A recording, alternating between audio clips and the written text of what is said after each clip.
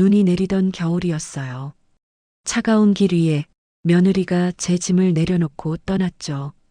세상에 나 혼자 남은 것 같았어요. 바람도, 눈도, 사람도 다 등을 돌린 날이었으니까요. 그런데 그날 낯선 남자가 제게 손을 내밀었어요. 그 손 하나 덕분에 나는 다시 사람으로 살아갈 수 있었어요. 안녕하세요. 여러분의 마음에 오래 남을 이야기 은빛 이야기입니다. 영상을 보기 전에 구독과 좋아요 그리고 알림 설정까지 눌러주시면 영상 제작에 정말 큰 힘이 됩니다. 그럼 오늘도 우리 마음에 오래 남을 한 편의 이야기를 지금부터 시작해 보겠습니다. 그날은 유난히 추웠어요. 숨을 내쉴 때마다 하얀 김이 얼어붙을 정도였죠. 눈이 내린다기보다 퍼붓는다는 게 맞을 만큼 세상이 하얗게 잠겨 있었어요. 민정이 운전대를 잡고 있었고 저는 조수석에 앉아 있었죠. 히터 바람이 따뜻했지만 이상하게도 마음이 계속 서늘했어요. 그 아이가 말없이 핸들을 꽉 쥐고 있는 걸 보니 뭔가 말하지 못할 결심이 있어 보였거든요. 어머니, 잠깐만요. 여기서 내려서 쉬었다 갈게요. 그녀가 차를 세운 곳은 인적이 드문 공터였어요. 주변엔 눈이 허리까지 쌓여 있었고 불빛 하나 없었죠. 여긴 왜? 제가 말을 잇기도 전에 그녀가 제 짐을 조수석에서 꺼냈어요. 낡은 가방 하나, 담요 하나. 그게 전부였어요. 민정아, 뭐 하는 거야? 그녀는 제 눈을 피한 채 말했어요. 어머니 이제 못하겠어요. 그 한마디가 아직도 귀에 생생해요. 못하겠다. 그건 결국 함께 못 살겠다는 뜻이었죠. 잠깐만 무슨 소리니? 어머니, 그냥 서로 편하게 살아요. 제발. 그녀의 목소리는 떨리지 않았어요. 이미 마음을 정한 사람의 목소리였죠. 그녀가 차에 올라탔고 문이 닫히는 순간 바람이 확 들어왔어요. 그 한기에 눈물이 식어버렸어요. 차는 곧바로 눈길을 벗어나 멀어졌고 붉은 브레이크 등이 사라질 때까지 저는 서 있었죠. 그 자리에 남은 건 저뿐이었어요. 눈은 계속 내리고 세상은 조용했어요. 그 조용함이 참 잔인하더군요. 편하게 살자던 그 말. 그 편함이란 게 결국 나를 없애야 얻는 평화였던 거죠. 한참을 서 있다가 걸음을 때려 했는데 발이 얼어붙은 것처럼 떨어지지 않았어요. 눈이 발목을 넘고 무릎까지 차오를 때까지 그냥 멍하니 있었어요. 그렇게 걷다가 결국 힘이 빠져 주저앉았죠. 차가운 눈 위에 주저앉으니 세상이 다 나를 버린 것 같았어요. 이젠 진짜 끝이구나. 그런 생각이 들었죠. 그때였어요. 어디선가 발자국 소리가 들렸어요. 규칙적이지 않은 지친 발걸음 소리. 눈발 사이로 한 남자가 다가왔어요. 허름한 외투에 낡은 장갑 한 짝만 낀 채로 이런 날엔 혼자 다니면 안 되죠. 그 목소리가 바람보다 따뜻했어요. 그 사람은 나를 향해 손을 내밀었어요. 그 손이 참 낯설었는데 이상하게도 믿음이 갔어요. 나는 그 손을 잡았죠. 살아서 누군가 손을 내밀어 준 게 참 오래간만이었으니까요. 그날 영하 20도의 그 눈길 위에서 나는 버려졌고 동시에 구원받았어요. 그게 모든 일의 시작이 될 줄은 몰랐죠. 그 남자의 손을 잡았을 때 눈보다 차가운 세상 속에서도 조금은 따뜻한 게 남아있다는 걸 알았어요. 가까운 데라도 들어가요. 이러다 얼어 죽겠어요. 그가 내 팔을 부축했고 나는 힘없이 끌려가듯 따라 나섰죠. 조금 걷다 보니 가로등 불빛이 희미하게 새어나오는 허름한 찻집이 있었어요. 간판엔 다정다방이라는 글씨가 반쯤 지워져 있었죠. 문을 열자 종소리가 삐걱하고 울렸어요. 오래된 난로 하나가 그 자리를 지키고 있었고 바닥에는 녹지 않은 눈자국이 길게 이어져 있었어요. 따뜻한 거 드셔야죠. 그는 따뜻한 커피 2잔을 시켜서 테이블 위에 놓았어요. 이 근처 사세요? 그의 목소리는 낮고 조심스러웠어요. 아니에요. 며느리가 데려다 줬다가 그냥 두고 갔어요. 말을 하면서도 믿기지 않았어요. 남의 일 같았죠. 그는 고개를 숙이며 말했다. 저도 비슷하네요. 아들이 집에서 나가달라더군요. 이젠 제 자리가 아니라고요. 우린 둘 다 웃었어요. 웃긴 일인데 하나도 웃기지 않은 웃음이었죠. 요즘 자식들이 그렇죠 뭐. 늙은 부모는 짐이라잖아요. 내가 그렇게 말하자 그는 잠시 나를 바라보다가 커피를 한 모금 마셨어요. 짐이 아니라 그들이 너무 서두른 거예요.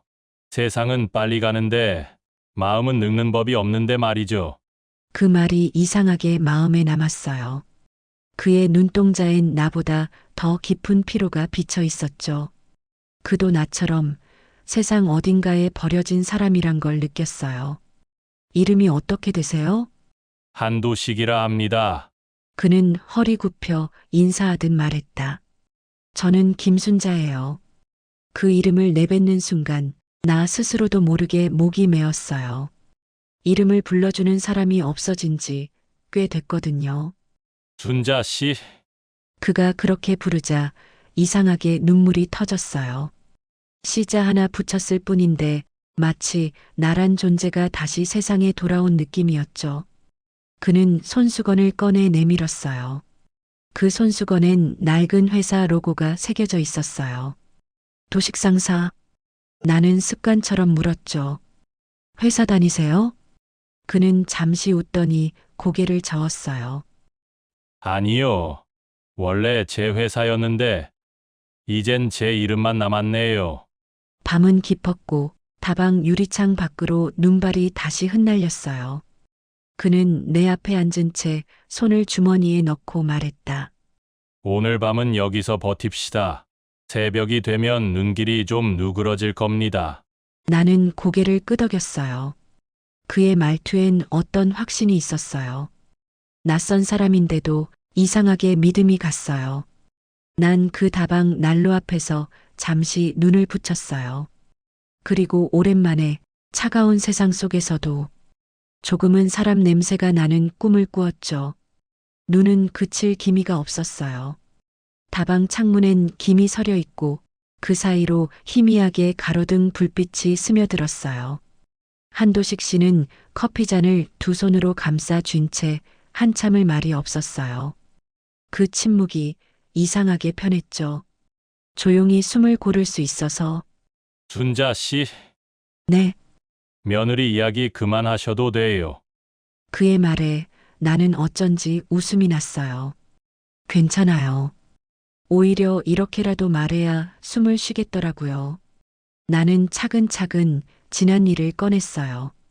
아들이 결혼한 뒤로 집안의 돈이며 문서며 전부 며느리 손으로 넘어간 일. 요즘은 여자들이 실속 있게 관리한다는 아들의 말에 나도 그냥 그러려니 했던 날들. 그리고 얼마 전부터 며느리가 자꾸 집 리모델링 한다.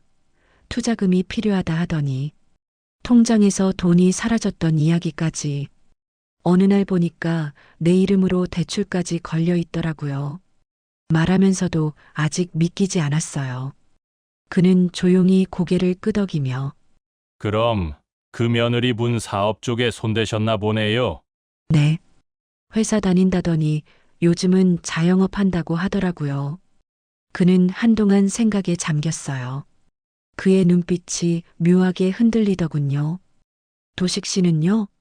그쪽은 어떤 사정이 있으세요? 그는 잠시 창밖을 바라보다가 입을 열었어요. 제 아들도 그 며느리랑 비슷해요. 비슷하다고요? 욕심이 많아요. 제가 평생 일궈놓은 회사를 물려줬는데 이젠 제 이름조차 지워버렸어요. 시대에 뒤처진 노인이라나. 그의 목소리에 담긴 씁쓸함이 내 마음을 파고들었어요. 그럼 지금 아드님은? 회장 자리에 앉았죠. 그 밑에서 일하는 사람들은 제 얼굴조차 몰라요. 이름만 남았어요. 한도식. 이젠 내 회사도 내 집도 다 내게 아니에요. 그 말에 나는 아무 말도 할 수 없었어요. 우리가 다르다고 생각했는데 결국 같은 상처를 안고 살아가는 사람들이었죠.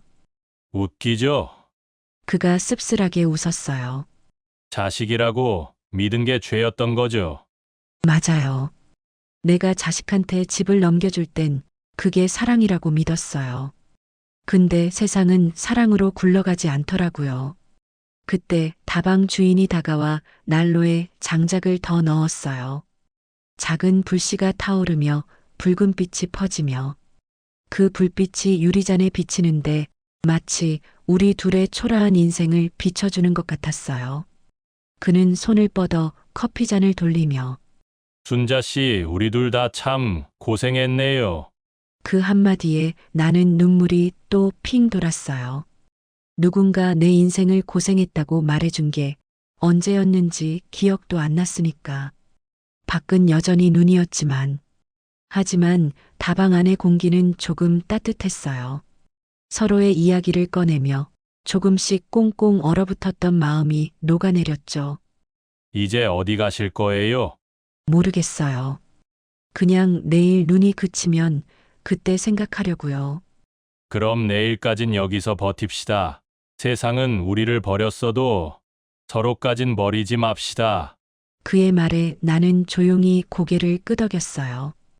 그 말이 어쩐지 살아야 할 이유처럼 느껴졌으니까. 그날 밤 다방 유리창 밖으로 또 눈이 흩날렸어요. 나는 한 가지를 깨달았어요. 버려진 사람끼리 만나면 그게 바로 다시 살아갈 이유가 된다는 걸. 눈이 그친 새벽, 다방 유리창 너머로 희미한 빛이 번졌어요. 장작불은 거의 다 꺼져 있었고 잔 속의 커피는 밤새 식어 있었죠. 한도식 씨는 그 식은 커피를 들고도 한참을 내려다보며 말이 없었어요. 오늘은 조금 따뜻하네요. 내가 조심스레 말을 꺼냈어요. 그는 웃듯 고개를 끄덕였죠. 이젠 눈이 그쳐야죠. 너무 오래 내렸어요. 그 말이 이상하게 마음에 남았어요.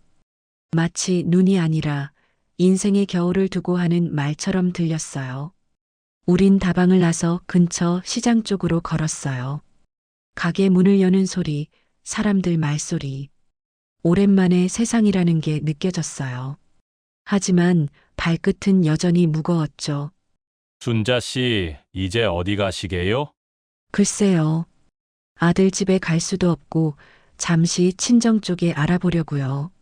그럼 내가 아는 쉼터가 있어요. 따뜻하고 밥도 줍니다. 같이 가요. 그의 말투엔 꾸밈이 없었죠. 나는 그저 고개를 끄덕였어요. 낯선 사람인데도 마음 한켠이 놓였으니까. 쉼터로 가는 길, 그는 걸음을 늦추며 내게 물었어요. 며느리분 이름이 민정이라 하셨죠? 왜요? 그게 이상하네요. 그가 주머니에서 낡은 수첩을 꺼냈어요. 거기엔 흐릿하게 적힌 몇 줄의 메모. 신사업 담당 민정 투자자 확보 시연 일정 2월. 그 글씨 아래엔 한준호 승인이라 적혀 있었어요. 이건 우리 아들이 맡긴 보고서 초안이에요. 그쪽 실무 담당자가 민정이라는 여성이었거든요. 나는 순간 심장이 덜컥 내려앉았어요. 민정성은 혹시? 신 씨였어요. 신민정. 숨이 막혔어요. 그게 우리 며느리예요. 한도식 씨는 잠시 나를 바라보더니 말도 없이 한숨을 내쉬었죠.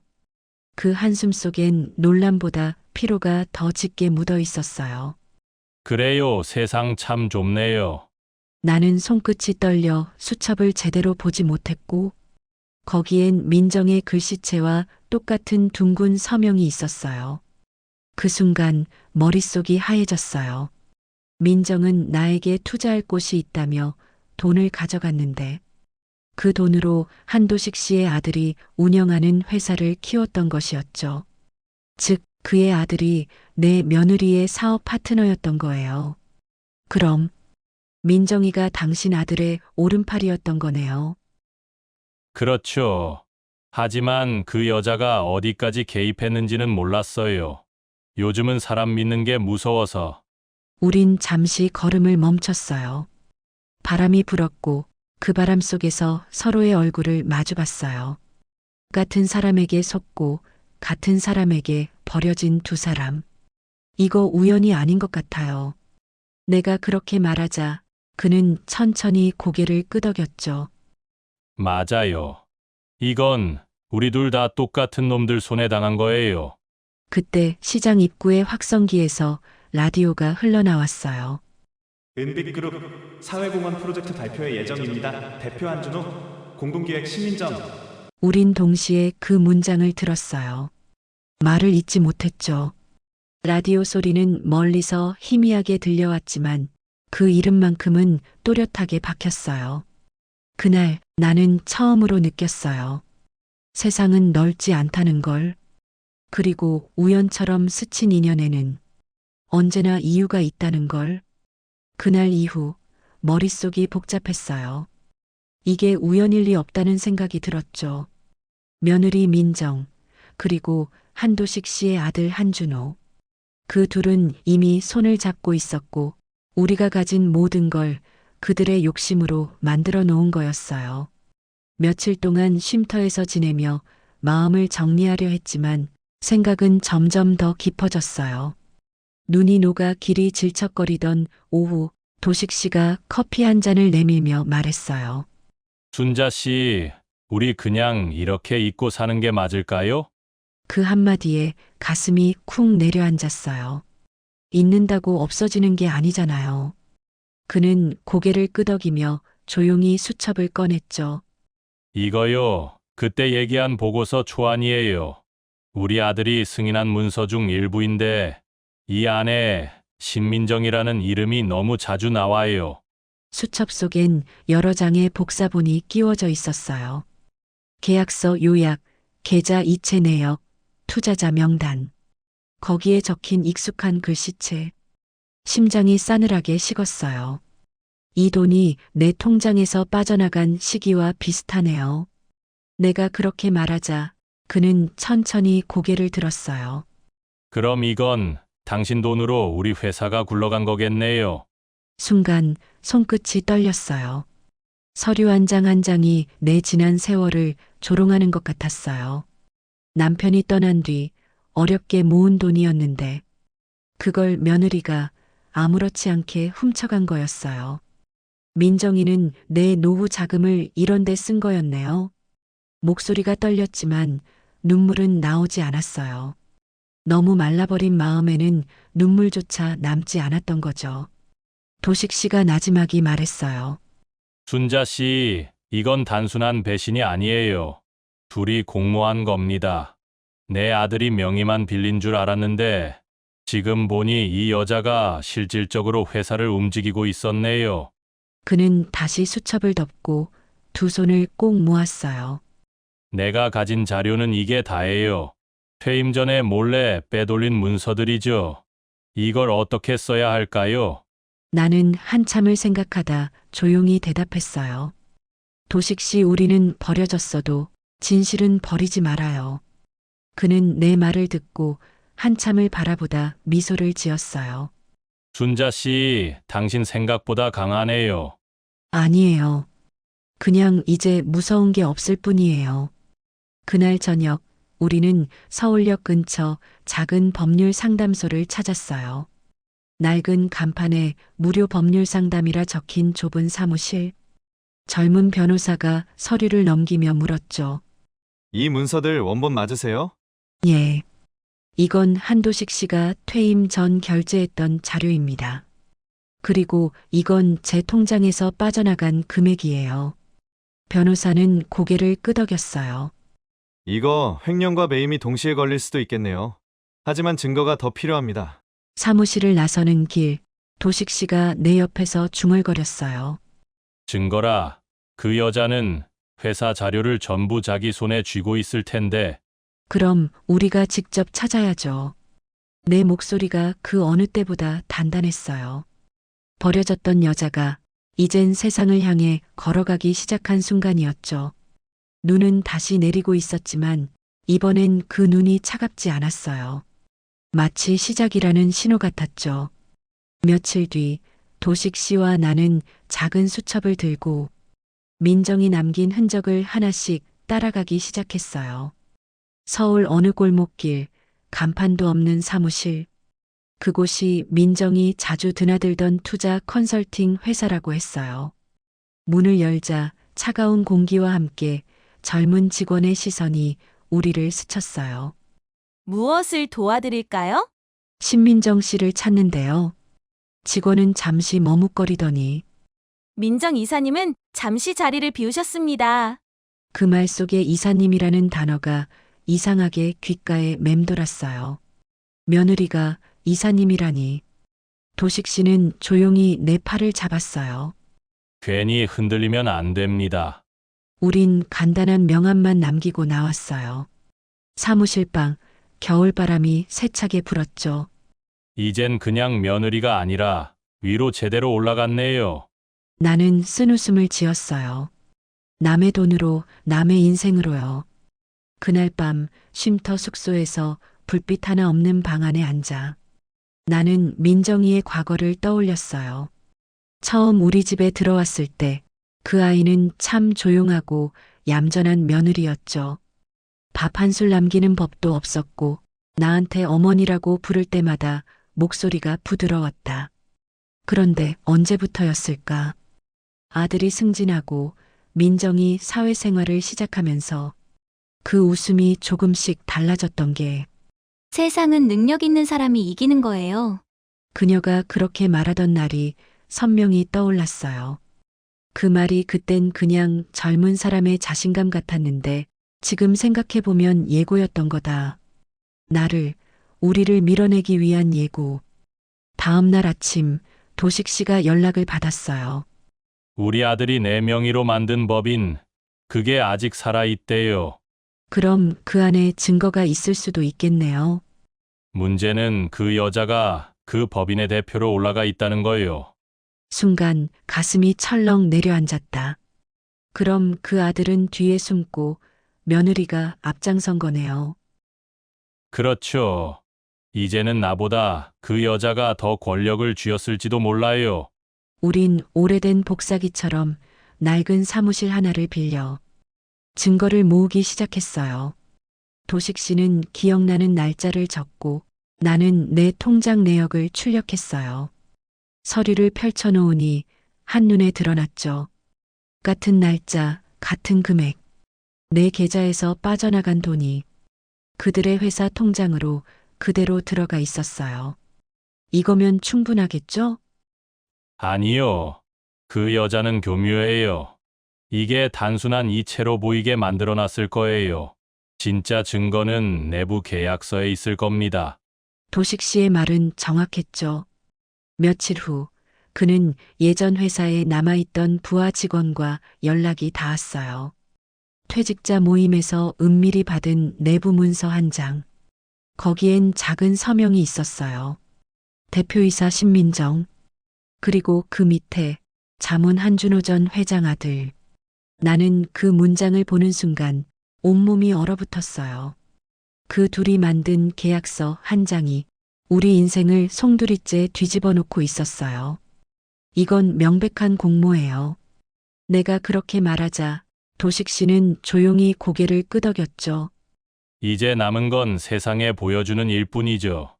예전의 체념 대신 차가운 결심이 자리 잡고 있었어요. 나도 마찬가지였죠. 그날 밤 우린 다시 앉아 말없이 종이 위에 날짜를 썼어요. 그가 고개를 들어 내 눈을 봤어요. 순자 씨, 이 일 위험할 수도 있어요. 도식 씨, 이제 무서울 게 뭐 있겠어요. 우린 이미 다 잃었잖아요. 창문 밖으로 또 눈이 내리고 있었죠. 하지만 이번엔 그 눈이 더 이상 차갑게 느껴지지 않았어요. 오히려 모든 걸 덮고 새로 시작할 수 있게 해주는 하얀 종이 같았어요. 며느리 민정이 내 돈으로 세운 회사, 그 회사의 자문으로 도식 씨의 아들이 이름을 올려놓았다는 걸 알게 된 날 나는 며칠 동안 잠을 잘 수가 없었어요. 눈을 감아도 그 서류의 글씨들이 자꾸 떠올랐죠. 대표이사 신민정. 내 인생을 삼킨 이름. 순자 씨, 이제 어떻게 하실 겁니까? 도식 씨가 조용히 물었어요. 나는 단호히 말했어요. 그 여자가 쌓아 올린 거, 그 자리에서 무너뜨려야죠. 우린 더 이상 피해자가 아니었어요. 쉼터 사람들에게 받은 도움으로 중고 노트북을 구했고, 그 안에 도식 씨가 복사해둔 회사 내부 자료를 옮겼죠. 문서 하나하나를 확인하며 서로의 기억을 맞춰나갔어요. 여기 보세요. 이 계약서가 체결된 날이 내가 통장 비밀번호를 바꾼 날이에요. 그럼 이건 명백한 공모지. 그리고 이건 우리 회사 자금이 흘러나간 시점이네요. 눈앞의 숫자들이 우리 인생을 증언해주고 있었죠. 모든 게 신민정 계획 아래에서 움직였던 거였어요. 나는 잠시 숨을 고르며 이제 세상 밖으로 가져가야죠. 하지만 어디로? 어느 누가 나이 든 노인 둘의 말을 믿어줄까? 내가 아는 기자가 있어요. 예전에 우리 회사 홍보팀에 있던 친구예요. 지금은 독립해서 사회고발 기사 쓰고 있죠. 그럼 우리 이야기를 써줄까요? 그 사람이라면 써줄 겁니다. 단, 증거가 확실해야 해요. 우린 그날 밤 자료를 USB에 옮기고 보고서 형태로 정리했어요. 종이에 직접 쓰는 게 더디지만 그게 우리의 유일한 무기였죠. 신민정 한준호 불법 자금 공모 정황, 피해자 명단, 횡령 및 허위 보고서, 사본 첨부. 손이 떨려 글씨가 흔들렸지만 그 흔들림마저 진심이 되었어요. 이틀 뒤 기자를 만나기로 한 날. 서울역 근처 오래된 다방에서 도식 씨는 낡은 외투에 서류 봉투를 품고 있었어요. 이거 세상이 믿어줄까요? 그가 묻자 나는 조용히 대답했어요. 세상은 모르죠. 하지만 진실은 알아요. 기자는 우리를 바라보며 묵묵히 서류를 넘겼어요. 몇 장을 훑어본 그는 고개를 들며 이거 진짜면 기사로 내겠습니다. 하지만 법적 소송에 휘말릴 수도 있어요. 괜찮습니다. 도식 씨가 단호히 말했어요. 이미 모든 걸 잃은 사람은 두려울 게 없죠. 그날 저녁 우린 서울역 앞 노을을 함께 바라봤죠. 눈은 잠시 멎었지만 공기는 여전히 싸늘했어요. 길가에서 사람들이 바쁘게 오가는 모습을 보며 나는 문득 이 세상엔 버려진 사람이 얼마나 많을까. 그 버려진 사람들 중 몇이나 다시 자신을 일으켜 세울 용기를 낼 수 있을까? 순자 씨, 예, 우리 결국 여기까지 왔네요. 나는 미소를 지으며 우리 조금 더 힘내요. 며칠 후 기자에게서 전화가 왔어요. 보도 승인 떨어졌습니다. 다음 주 월요일 아침 첫 기사 올라갑니다.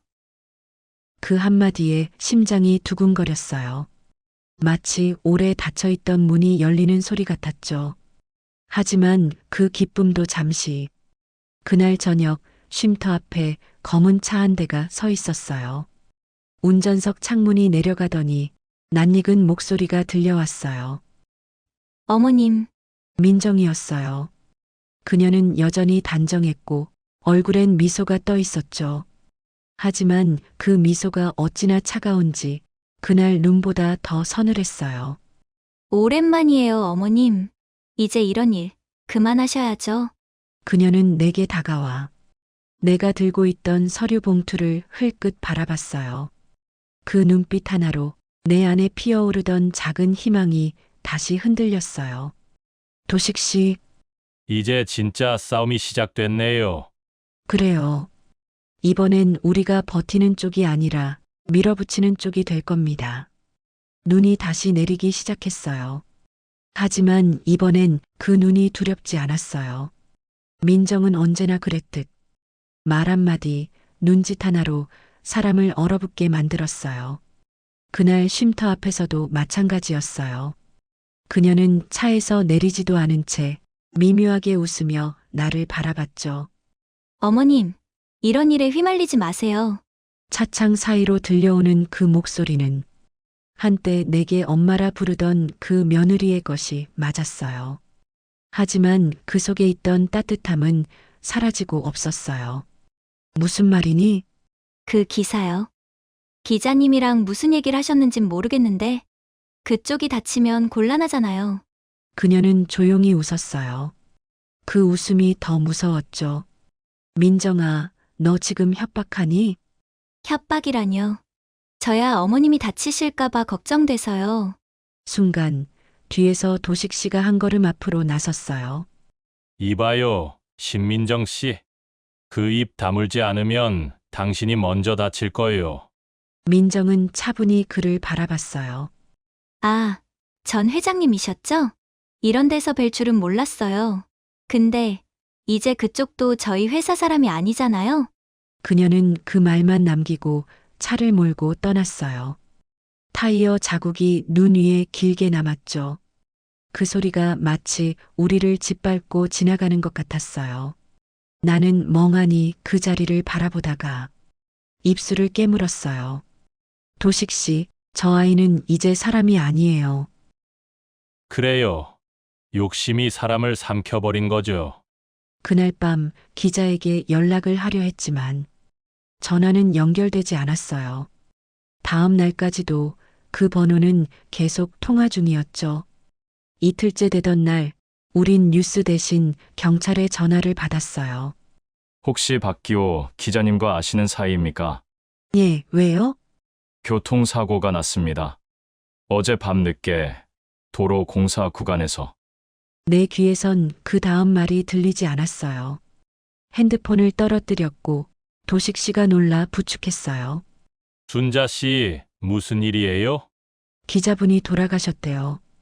그의 얼굴이 하얗게 질렸어요. 우린 아무 말도 하지 못하고 마치 세상이 다시 우리를 짓눌러 오는 기분이었어요.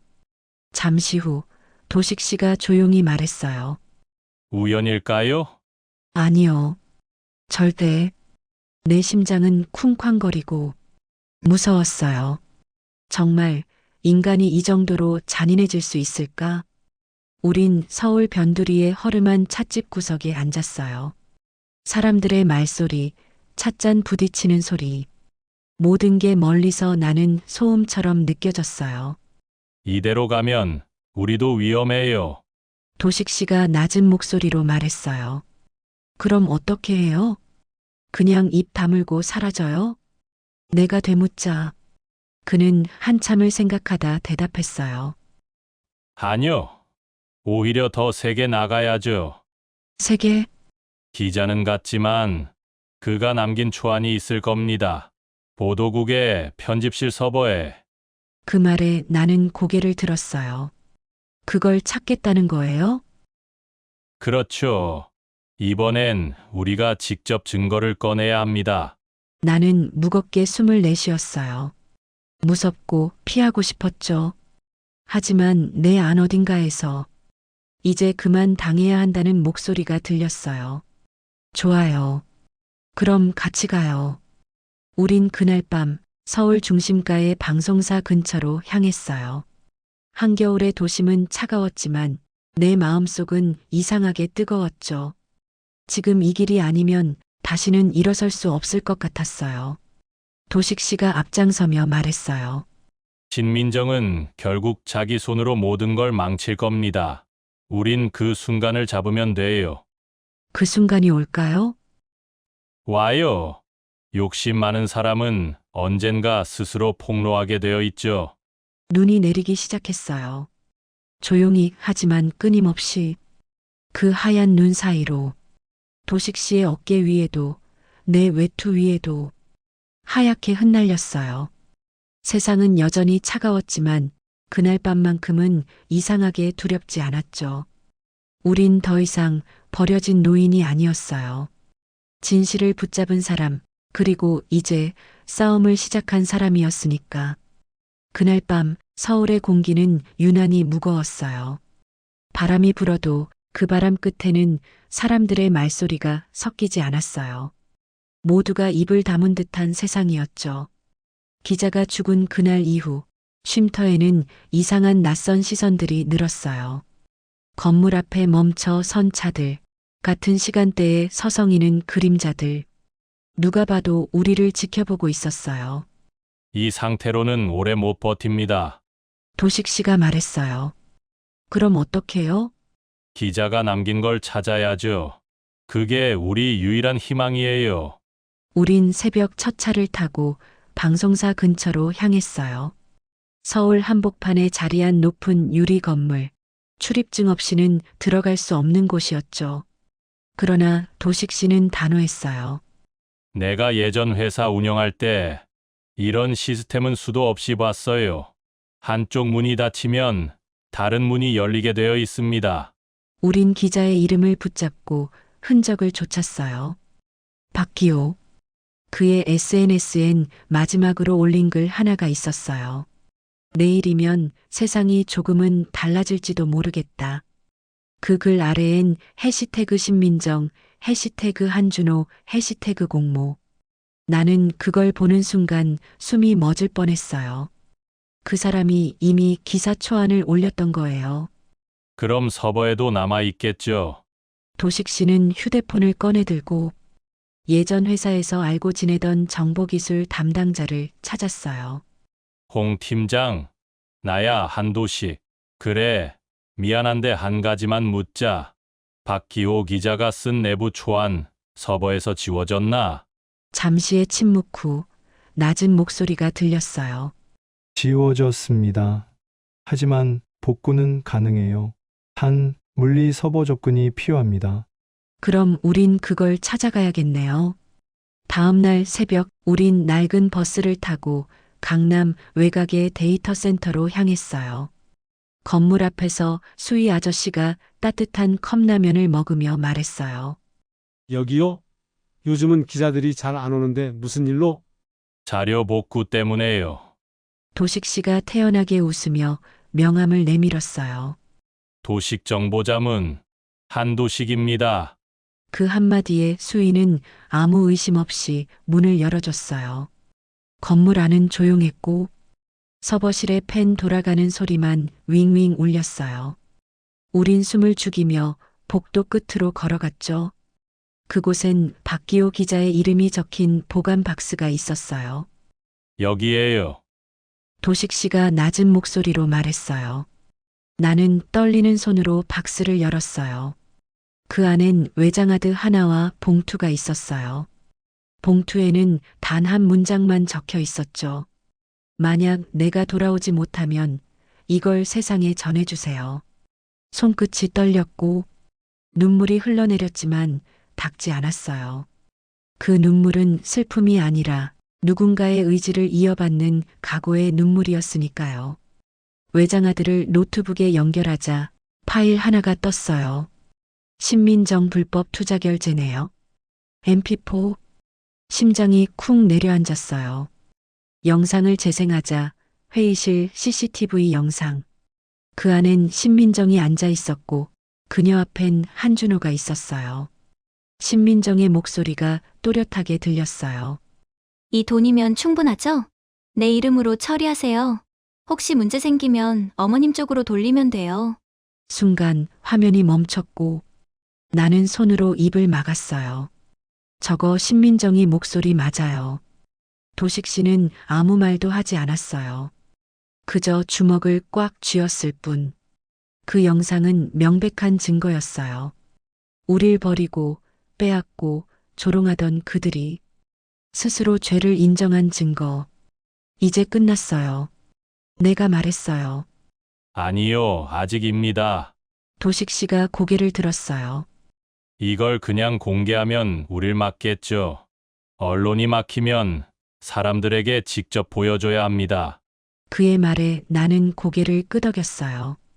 도식 씨, 그럼 우리 이름으로 다시 세상에 알려요.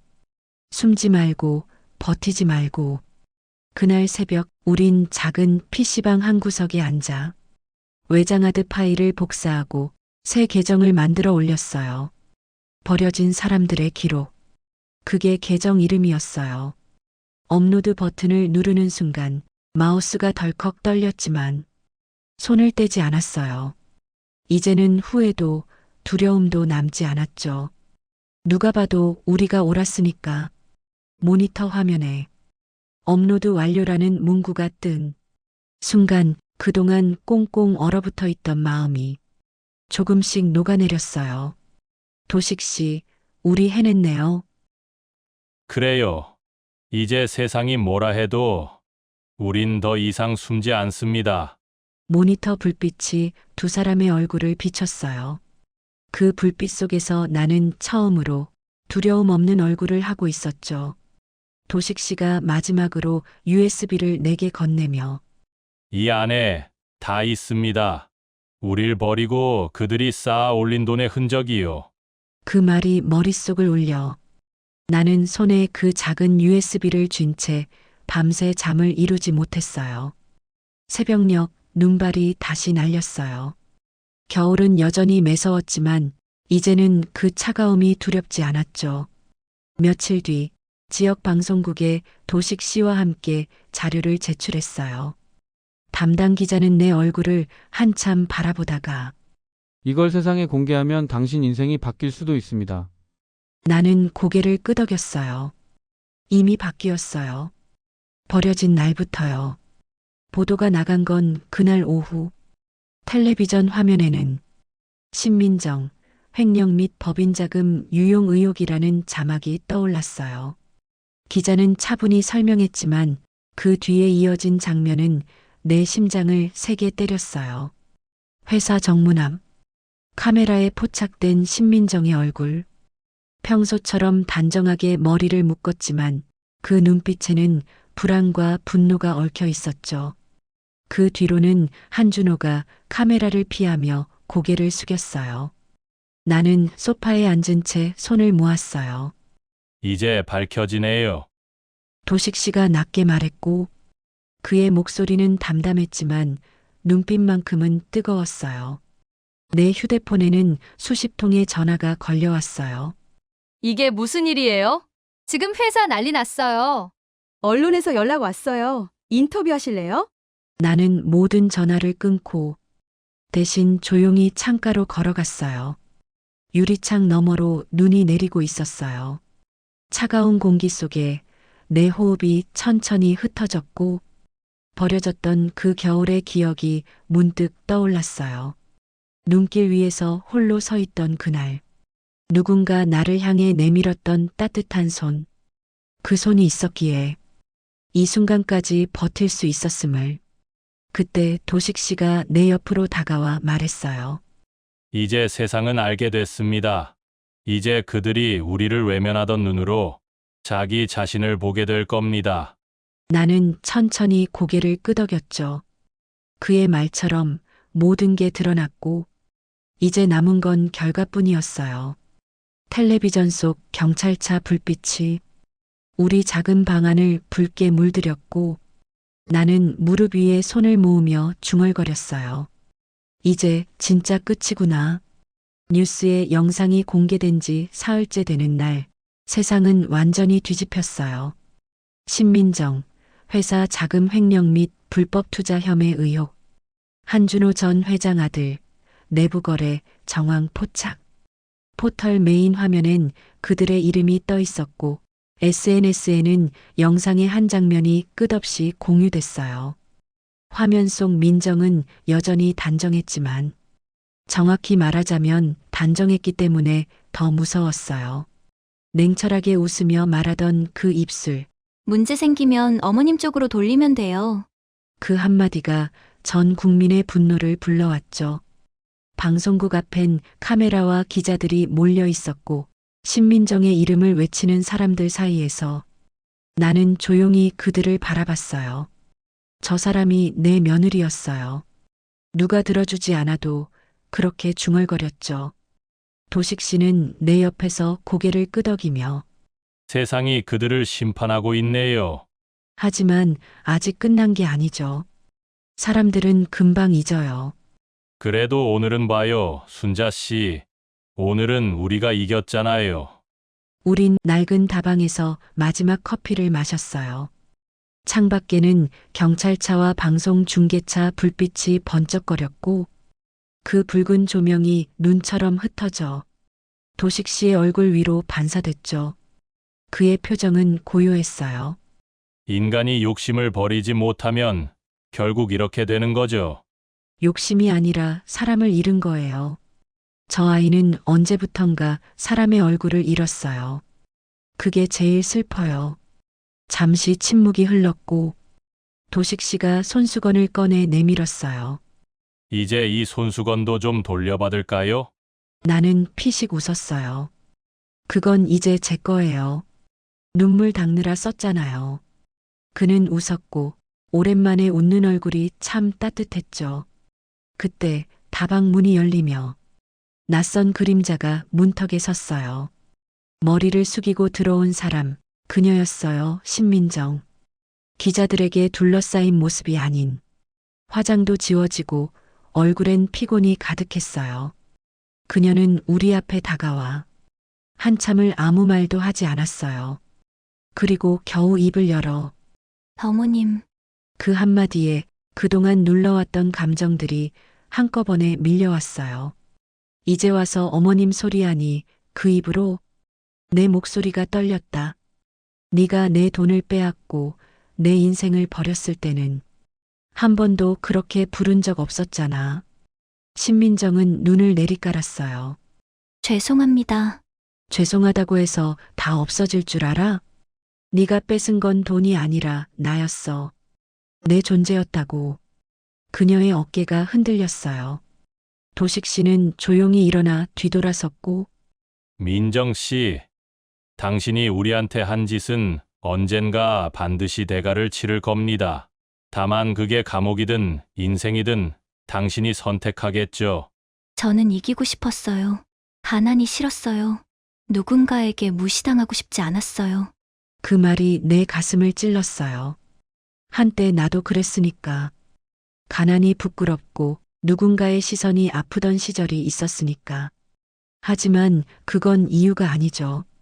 그래, 그 마음은 이해해. 하지만 그 방법은 틀렸어. 사람을 밟고 올라선 성공은 결국 자신을 무너뜨려. 신민정은 울지 않았어요. 대신 눈가에 번진 피곤한 그림자만 남았고 그녀는 마지막으로 고개를 들어 저도 알아요. 이제 알겠어요. 그녀는 그렇게 말하고 돌아섰고 문이 닫히는 소리만 남았어요. 그 소리가 유난히 길게 울렸죠. 도식 씨가 내 옆에 앉으며 이제 진짜 끝났네요. 아니요. 끝이라기보다 겨우 제자리로 돌아온 거죠. 우린 아무 말 없이 창밖을 바라보니 눈이 내리고 있었어요. 그 하얀 눈송이가 유리창을 타고 흘러내리는 걸 보며 나는 생각했어요. 사람이 사람으로 돌아오는데 이렇게 오래 걸리는구나. 다방 한켠 스피커에서 옛 노래가 흘러나왔어요. 세상 사는 이야기 다 그런 거야. 그 가사가 이상하게 마음을 울렸어요. 도식 씨, 우리 이제 살아야죠. 그래요. 다시 사람답게. 창밖의 붉은 조명은 서서히 사라지고 눈은 고요히 내렸어요. 그 아래에서 우린 처음처럼 마주 앉았어요. 더 이상 버려진 사람이 아니라 다시 세상으로 돌아온 두 사람으로 겨울이 지나가고 있었어요. 도시 곳곳에 눈이 녹아 흐르고 한때 얼어붙었던 강물도 천천히 제 흐름을 되찾고 있었어요. 그 사건이 세상에 퍼진 뒤 몇 달이 흘러 신민정과 한준호는 모두 재판에 섰고 회사 명의는 법원의 명령으로 동결됐어요. 뉴스는 처음엔 연일 그들의 이야기를 다뤘지만 시간이 지나자 다른 사건들에 밀려 조용히 사라졌어요. 사람들의 관심은 식었지만 내 삶은 그제야 조금씩 따뜻해졌어요. 나는 지금 도심 한복판의 작은 구청 자원봉사실에서 일하고 있어요. 어르신들에게 서류를 대신 써주고 길 잃은 분들을 안내하며 하루를 보내요. 누군가에게 필요하다는 게 이렇게 소중한 일인 줄 예전엔 몰랐어요. 김순자님, 이쪽 도와주실래요? 젊은 사회복지사가 다정하게 불렀죠. 나는 미소로 답하며 그럼요. 이제 글씨도 제법 반듯하게 써지거든요. 책상이 달력에는 어느새 봄이 가까워지고 나는 그 달력을 보며 문득 생각했어요. 이젠 눈 오는 날이 무섭지 않다고. 도식 씨는 얼마 전 고향 근처로 내려갔다네요. 평생 쫓기듯 살았으니 이제는 나무 심으며 살고 싶어요. 그가 그렇게 말하던 날 나는 그의 손을 꼭 잡으며 언제든 서울 오시면 커피는 제가 살게요. 그는 웃으며 대답했죠. 그럼 다방에서 봅시다. 그날처럼. 헤어질 때 그의 뒷모습이 이상하게 든든해 보였어요.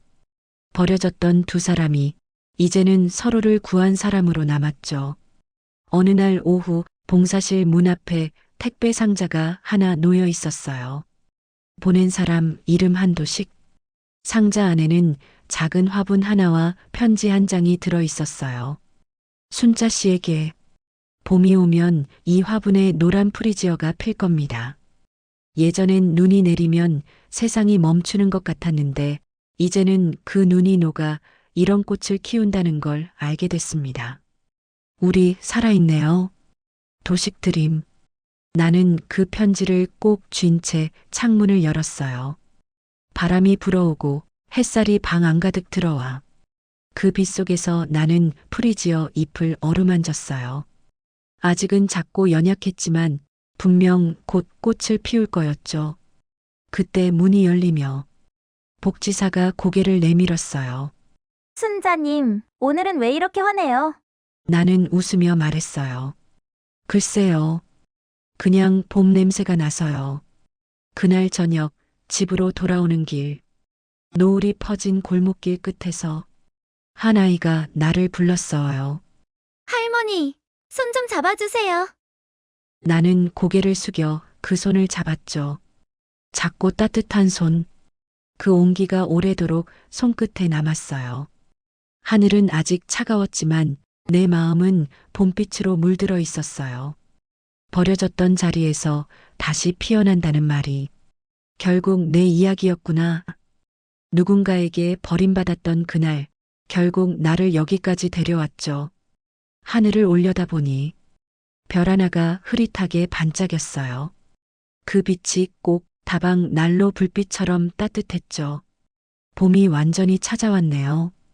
길가의 눈은 자취를 감췄고 대신 노란 프리지어들이 피어 있었어요. 그 향기가 바람에 실려오면 나는 늘 그날을 떠올렸어요. 영하 20도의 겨울, 버려진 그 길 위에서 처음 만난 손. 그날의 그 손이 없었다면 나는 지금 이 자리에 없었겠죠. 도식 씨에게서 온 편지는 이제 12통째.